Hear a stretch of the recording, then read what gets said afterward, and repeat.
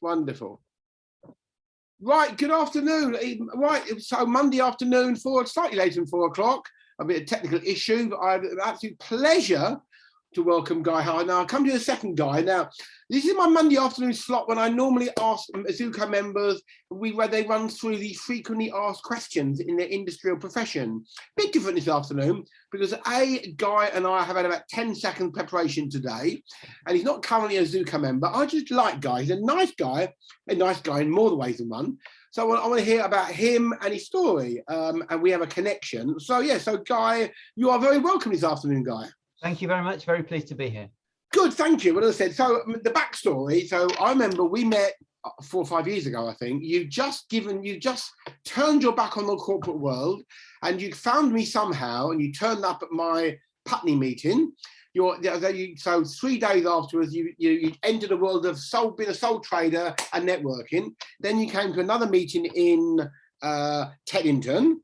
And then you sat next to, there was an empty space, if I remember. You came in late, empty space. You sat down next to Gilles, got talking, and kind of rest is history. So my first question, Guy, is please tell me about your networking journey in the last 5 years. And we'll come on to the charity a bit later. Tell me your networking journey to date.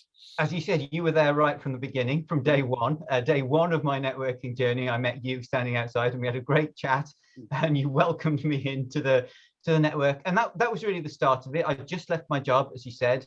I was looking for a new direction. I had a sense it would be something to do with autism, and it was at that time. And I was just exploring, and through the network, I found, as you say, Gilles, who I ended up starting a charity with, and several other people who've contributed to it and to other things that I've done in various ways over the years. Yeah, so tell me, what was the business you were in? What were you doing in the corporate world? So I'd been a project manager in IBM for 8 years, probably the worst 8 years of my career. And I took voluntary redundancy at the end of it. It just wasn't satisfying me. I looked for other stuff, but didn't really find anything that really floated my boat. And I actually ended up a few months later in another very similar job in a smaller, more local company. And that was worst of all, because that was one where you were at a desk from 9 to 5 every day, and in the same place, the same office. It made the television series The Office seem, much more meaningful than it had when I watched it first time round. And basically, through being there, I just found that atmosphere so oppressive that I had a physical breakdown at that time. Yeah. So, I had 3 months literally hardly being able to leave the house. I was absolutely exhausted. But something really interesting happened during those 3 months. I was too exhausted to even check my emails and respond to people's messages, but somehow I found the energy to write a couple of thousand words of a book every day. I had no intention of writing a book. This just started coming. I had no idea where it was coming from, why it was coming, how it was coming at a time when I didn't have any energy to do it. And it came to a 50,000 word book in the end. And the book was about my journey through having my son, who is autistic, how he was really struggling in the first couple of years of his life, how we found a particular therapy. We actually went to Israel for an intensive immersion in this therapy and then continued it when we came home. And it was about how we really transformed his life and our life as a family through the therapy that we found. Yeah, well, I've only jump in for a second there, guys. Yeah. Listen, you brought onto the autism, and which is great. And you said I'm allowed to mention that you were not diagnosed, but your son, but you've now realised that how do you describe yourself the other day to me? Well, I'm autistic. So tell me about the moment you sat down next to Gilles and tell me a story from there. So what happened? Well, I sat down next to Gilles at a networking meeting. We started talking. He shared that he had 2 autistic boys as well. And we decided to connect, and we got together. We got together with our wives as well. And we all seemed to connect, and we moved forward towards starting a charity, which a few months later we did together. Mm-hmm. And so the book was written. The book was written before the charity, was it? The book was written before, that was written during my breakdown period. Really, tell me more about the book then, please. So the book was about, basically it was about the journey that we went through with my son, how we made changes, how we helped to bring him from a state of being in real distress all the time, literally melting down all the time, not having any means of regulating himself and being continually overwhelmed by the world, which was totally distressing for him, but it was equally distressing for us, powerless to do anything about it.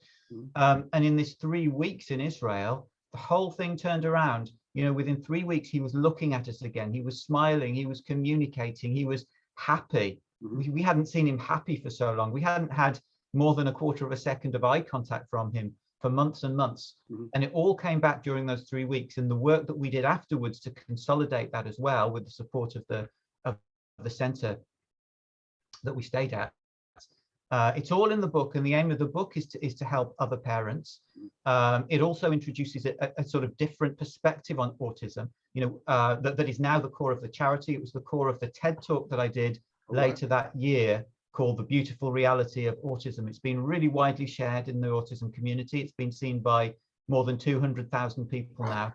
And it introduces the idea of autism not as a disability, but actually as a condition of sensitivity, but sensitivity in the best possible sense, where there's so much to contribute because there's a heightened perception of the world. And it's about how we can appreciate that and construct a world in which that's welcome, rather than in which we overwhelm the people who are bringing that to us. Yeah, and so the technique, the technique that you discovered in Israel. I mean, presumably you ideally want people to buy your book, and I will. But below this, I will drop links to the charity, your TED talk, your book, and your website when you come. I mean, yeah, who would you come to?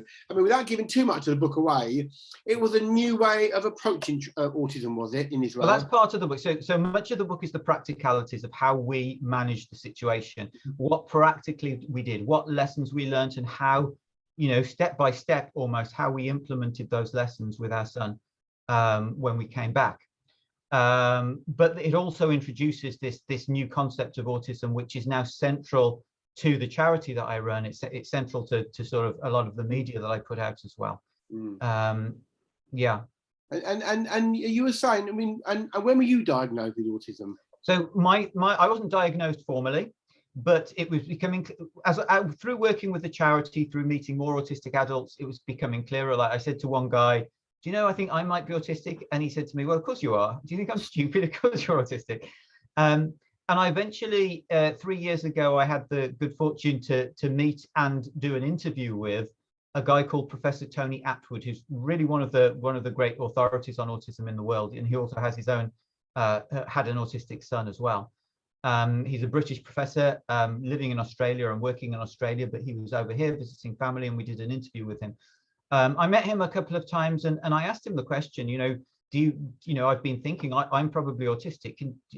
Based on your experience, can you confirm this or not? And he said yes before I'd even finished the question. It was really clear to him. He said it's not an official diagnosis, but you know, I've got 40 years of experience of this, and it's really clear. So I mean, with your son, obviously. So, what age did you realise something was different, and what age was he diagnosed? What age is he now, kind of thing?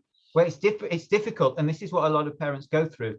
From a very early age, we were concerned because things were not happening at the same milestones as everybody else. You know, now I understand that's not really a problem, but it's good to know about why. But the doctors were saying, oh, it's all part of development. Don't worry, come back in a couple of years if there's still an issue. We don't worry about things like this at this time. So we were sort of thinking there's something that we want to help him with very early on, but we were batted back by the doctors for many months. So it wasn't until he was maybe 1 1/4 when things really regressed and he became really, really distressed all the time. And really, really cut off from us. That's when we started to sort of really insist and say, look, this is really clear now. And they still put us off. You know, they did some tests that were pretty useless, actually, and more distressing than they were worth. So we just made a decision to step outside the traditional medical route and to find our own way forward. It was the only way, because we could see that if we stayed there wouldn't be any joy, any luck, any progress. And we saw other parents who'd been through that journey. They'd fought tooth and nail to get a diagnosis, putting all of the energy into chasing reluctant doctors instead of using that energy to actually usefully help their child. Only at the end of it to be told, well, actually, here's your diagnosis, here's a list of groups that might support you, we can't do anything more for you. So we just decided it wouldn't be a useful investment of our time. And so how old is your son now? He's 12 now. It's his 12th birthday last month. And is he in mainstream school, isn't he now? Is that No, right? he was in mainstream school. Academically, he was coping extremely well. His attitude to school and his enthusiasm for it was very, very good. Unfortunately, children being children, a few years ago, there was sort of quite an intensive bullying situation. The school, again, wasn't dramatically supportive of it, thinking that we were being overprotective parents, which is what a lot of parents of autistic children go through, being told that they're being overprotective.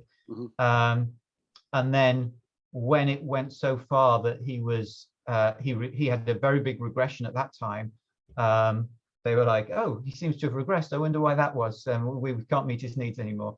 So we were already looking, and we moved into another school, an autism school, where he is now. And so, I mean, do you have? I've got no personal experience of autism at all. I know people with autistic children. It's all just, I hear these things. I mean, we're not going to call it a problem, but I believe because these are gifted children. I understand that. How many children do you think? Do you have any idea in the UK how many children are likely to have be autistic? Well,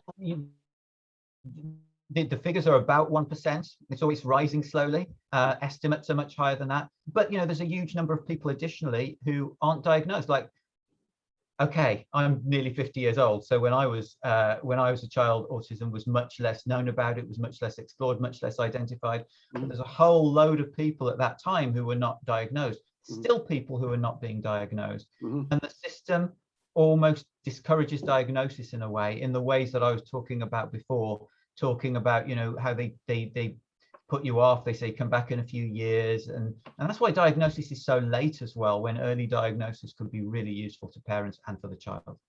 Yeah, I mean, I know another friend of mine, a distant friend, his children are autistic. And I think I can't remember, he might be 10 or 11 and he hasn't spoken yet, I don't think.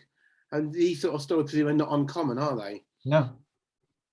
So what advice would you give, presumably there are parents out there who are going through these early days. What advice, what's the first thing, other than going through the traditional medical routes, which I clearly think at the moment are overstretched for various reasons. What's the first thing parents who are going through this kind of, drama, nightmare, whatever at the moment should be doing, do you think? Apart from your book. Yeah. I mean, there's two strands. One is like the practical strand of what they can do to support their child. And in that, the options are quite limited. Right. The options in terms of the support available. We found by chance, this clinic in Israel, it was extremely helpful to us. And we found it early enough because they only treat children up to 2 years old. All right. If we hadn't found that, we would have found something else to do, but I don't think it would have been anything so transformative. So there is that practical thing of what you can do for your child. And, there are plenty of therapies that all make small differences, like craniosacral osteopathy, we found was extremely useful for him, for our son, because every time he did it, he was calmer. He made little breakthroughs. They didn't tend to last very long. We probably didn't do it enough time, but at least, it was soothing for him. There are things like that, there's no shortage of things that will help a little, and cumulatively, they could probably help a lot. The other side of things, though, is probably where you're going to get the most difference. And that is your approach, your attitude to life, to the situation, to your son or your daughter. And for us, that was about, and we learned this from Israel. We didn't have it innately. We learned it from when we went, and the good fortune that we had. There's nothing special about us, but for us, it was about number one, accepting the situation. Don't fight against it. This is what we have, and it's not a problem. A child is autistic. It's different from what you thought your life was going to be like. Different from what you thought your child's life was going to be like. But if it's looked at in a different way, it's a very beautiful thing, and that child will bring lots of qualities and lots of unique abilities that they wouldn't have if they weren't autistic, and that those deserve to be valued. So that's the first thing. Second thing is, it's part of looking after ourselves. We need to look after ourselves in the sense that, at the beginning, when we didn't know what to do, we absolutely exhausted ourselves trying to find the right thing to do, trying to make it work with the doctors, trying to find alternative things outside, and really not knowing what to do, and blaming ourselves for not knowing what to do, and losing this valuable time in his young days. And really, now, if I could talk to myself at that time, I'd say, look, lay off yourself a little bit, take it a bit more easy, not in the sense of like, okay, we're not going to do anything, but actually take it easy in terms of blaming myself, getting stressed, and use that energy instead to start to build a relationship with my son.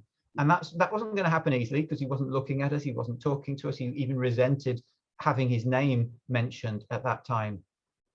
But it's about not judging him, it's about sitting with him, doing what, noticing what he's doing, not judging it, maybe joining in with it, showing him in some way that that I'm there with him.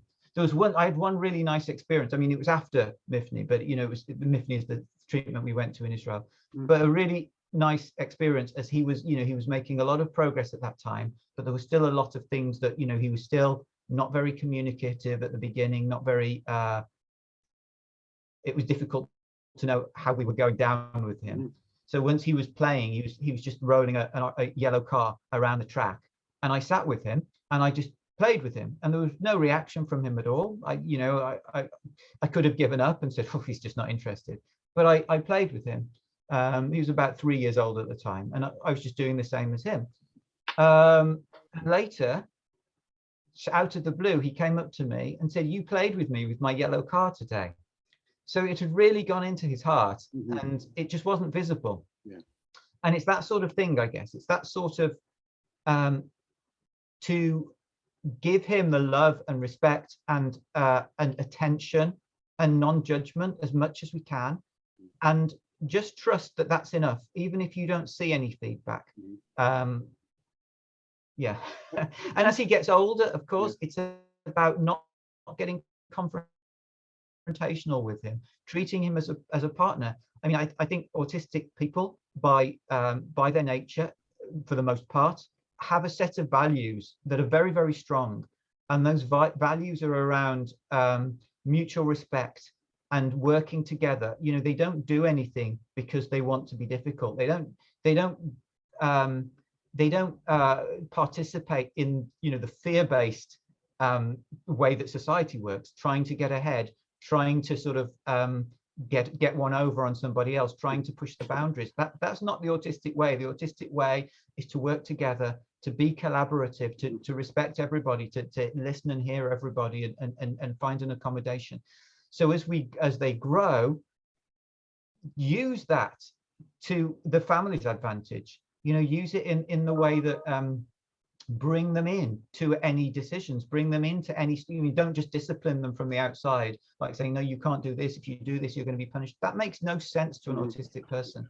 What does make sense is sitting down with them, talking with them, and getting them involved in making a vision of how they would like life to be, getting them to agree to certain things, and then very gently, as a friend, reminding them. And you probably find that they'll be very, very responsive to that.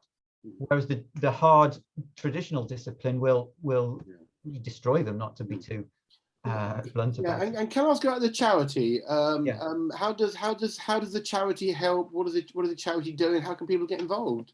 So the charity is about to launch, actually, or is launching this week, its first face-to-face services. It's not quite true, because we've been working with one family already, and that's continuing.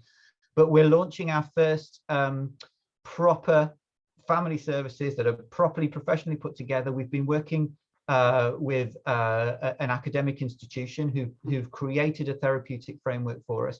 We'll be going to the houses of families with young autistic children up to the age of 4, and basically for the first 6 weeks, we'll be sort of helping them to do what we've been talking about, actually, to observe and understand their child in the family environment. So we'll be helping the parents to make sense of the child's behavior and helping the parents to understand the most useful and connecting and effective ways of responding to that child and connecting that child and building an effective relationship with that child.